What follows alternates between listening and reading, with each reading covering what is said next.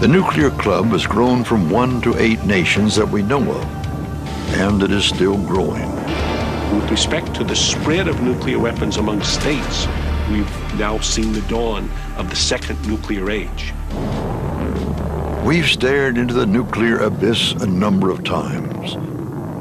Though most people were unaware, it happened again on a sunny summer day in 1999.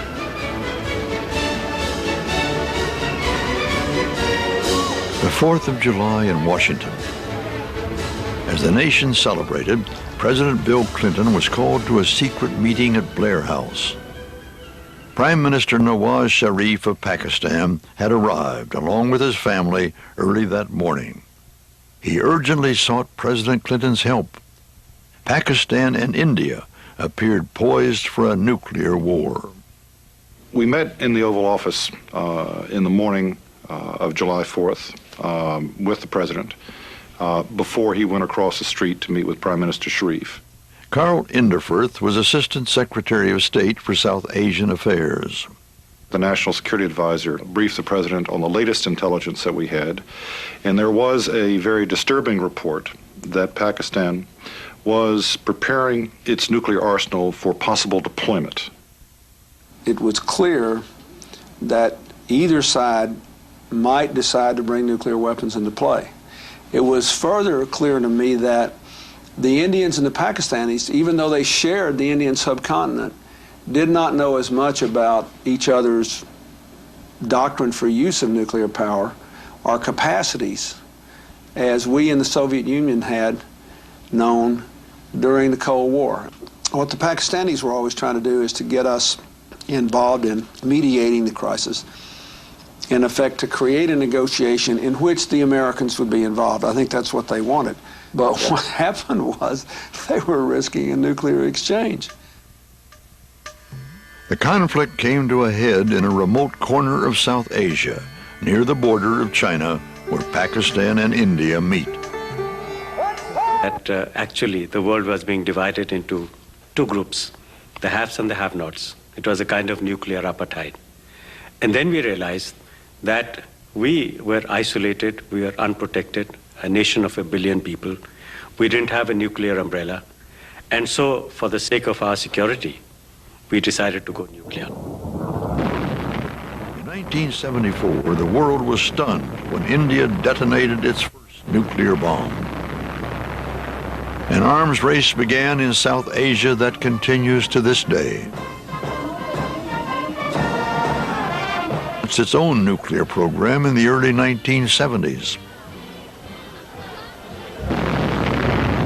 The arms race reached a critical stage in 1998. Within a period of 2 weeks, both India and Pakistan conducted a series of underground nuclear weapons tests. The streets of both nations were crowded in celebration. I had a conversation with a Pakistani general once, and he said, when the average Pakistani looks out his door, he sees poverty, he sees filth, he knows the government is corrupt. Basically, we haven't accomplished anything. The only source of light for the Pakistani nation in the last 50 years is we built the bomb. And so, of course, we celebrate that.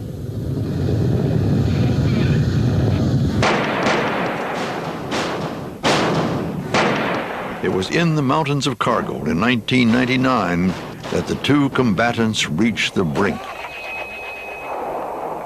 So now you got this subcontinent with a fair number of nuclear weapons, with uncertain doctrines for use and somewhat questionable security of the weapons themselves and the materials used to make them. And all of a sudden, we've got this huge crisis. No one had thought through, in my opinion, on the Pakistani side, and maybe not on the Indian side, how much they were increasing the risks to the whole world by precipitating this huge crisis when they were both sitting on nuclear arsenals.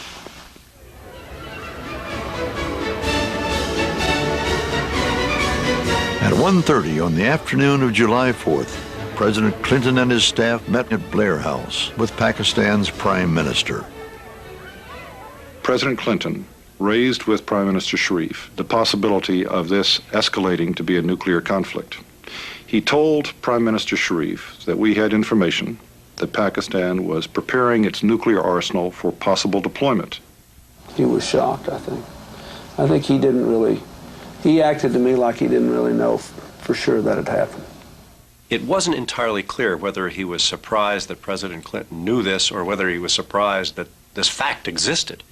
Strobe Talbot, President Clinton's Deputy Secretary of State, also was at the meeting. I had the sense that it might have been a combination of the two.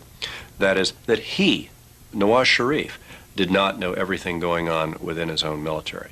Unless he's the world's greatest actor, it suggests that there was a command and control problem there, which is what you always worry about with weapons of mass destruction. And I was very, very worried about it. I just thought, you know, the idea that they'd be playing games with the preparation of their missiles, it was terrifying to me. The atmosphere was extraordinarily tense, particularly on Prime Minister Nawaz Sharif's part. He was desperate. He said, "You're talking to me today. If I give in to American pressure, you'll be dealing with a bearded leader of Pakistan, i.e. an Islamic radical, in the future." President Clinton had very little patience for this argument. My reaction was that I would hate to lose him, but that the United States could not be blackmailed, and the world could not be blackmailed with a decision by Pakistan. President Clinton was very concerned about the nuclear weapons, but he also had long-standing concerns about Pakistan's support of the Taliban in Afghanistan, and the fact that the Taliban was providing Osama bin Laden safe haven. So President Clinton had a lot of things that he wanted to say to Prime Minister Sharif. Given the fact that these two countries were nuclear powers, I did not believe that I could in any way, shape, or form be part of reacting to a power play by throwing all these soldiers over the line of control and increasing the risk of nuclear war. And so therefore I was going to be put in a position of going to the Indians and saying, because the Pakistanis have done something wrong, we now have to do what they want us to do. I couldn't do that. President Clinton informed Sharif that he had prepared two separate public statements to be issued to the press that evening. Which one would be released was up to Sharif.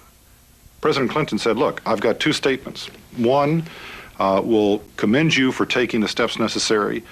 Two, I will say very directly all of my concerns about Pakistan today, including this crisis, including messing around with nuclear weapons, including bin Laden, the Taliban." I mean, he laid it on pretty heavy with Prime Minister Sharif.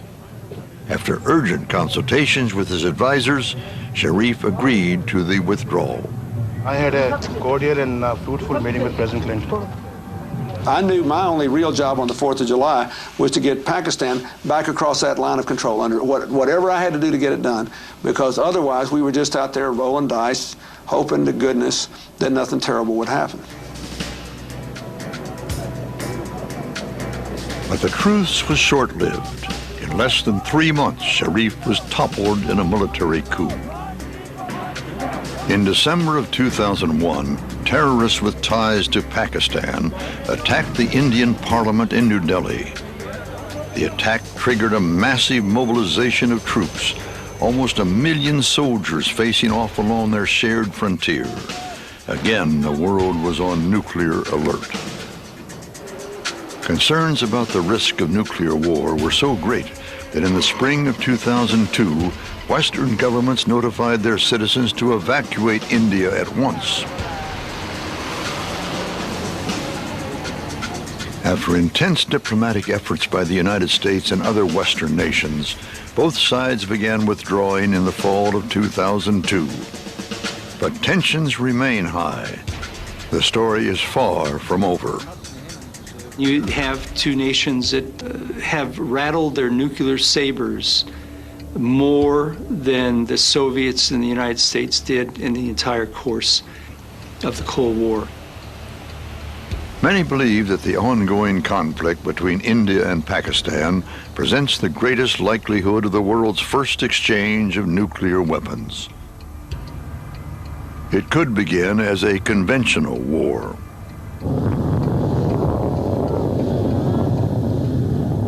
Once the conventional war breaks out, the fog of war sets in.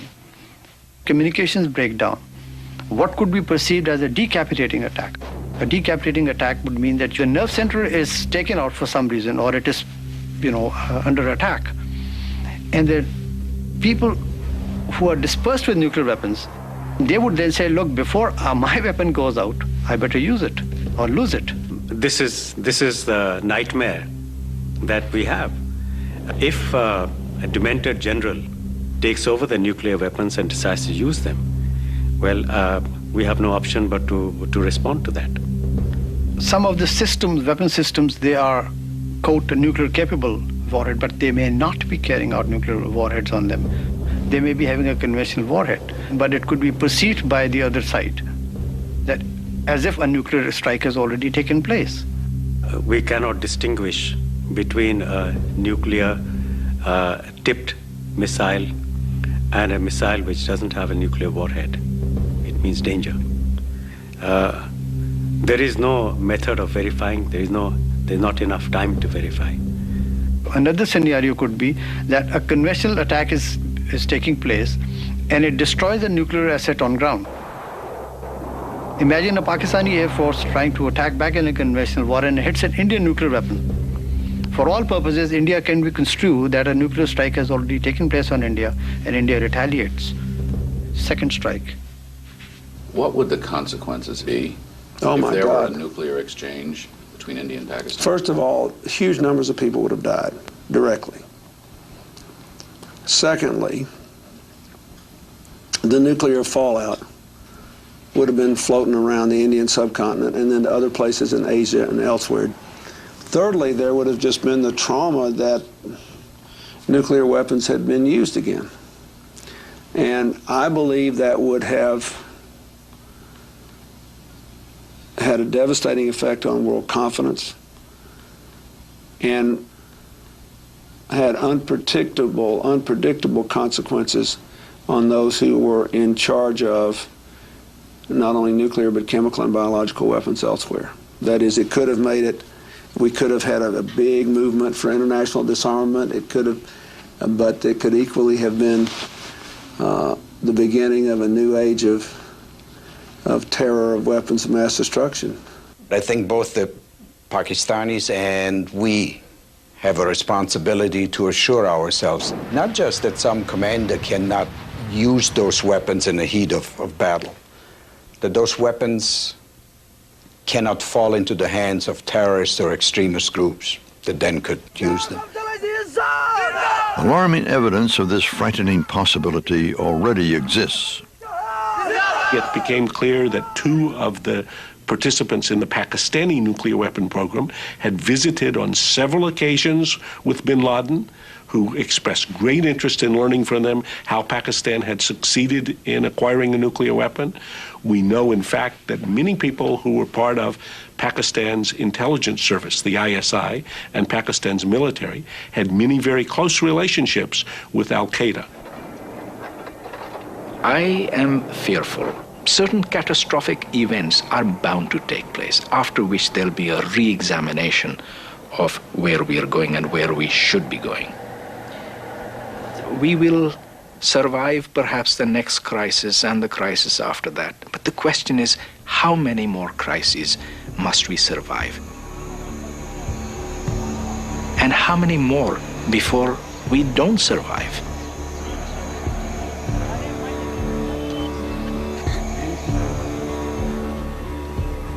Control of nuclear weapons around the world and the materials to make them has been slipping away.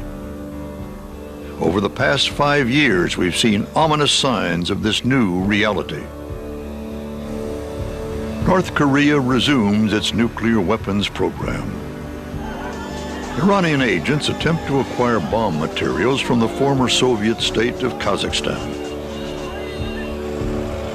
Al-Qaeda shops for nuclear devices while attacking U.S. targets around the world. Iraq expels UN weapons inspectors, prompting new fears of an Iraqi bomb. In Russia, reports of poorly secured nuclear materials and the possibility of them being stolen or sold rise at an alarming rate. This, then, is the legacy of the nuclear age. This is the nightmare.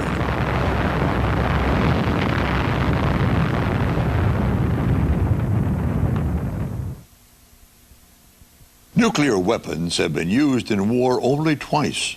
The staggering human toll and the moral implications have been major factors in restraining leaders since the dawn of the atomic age. Only one man in all of history has given the order to drop a nuclear bomb in wartime. President Harry S. Truman faced the ultimate decision in 1945 and again in 1951. The first time he used it. 6 years later, despite intense pressure from his generals, he refused.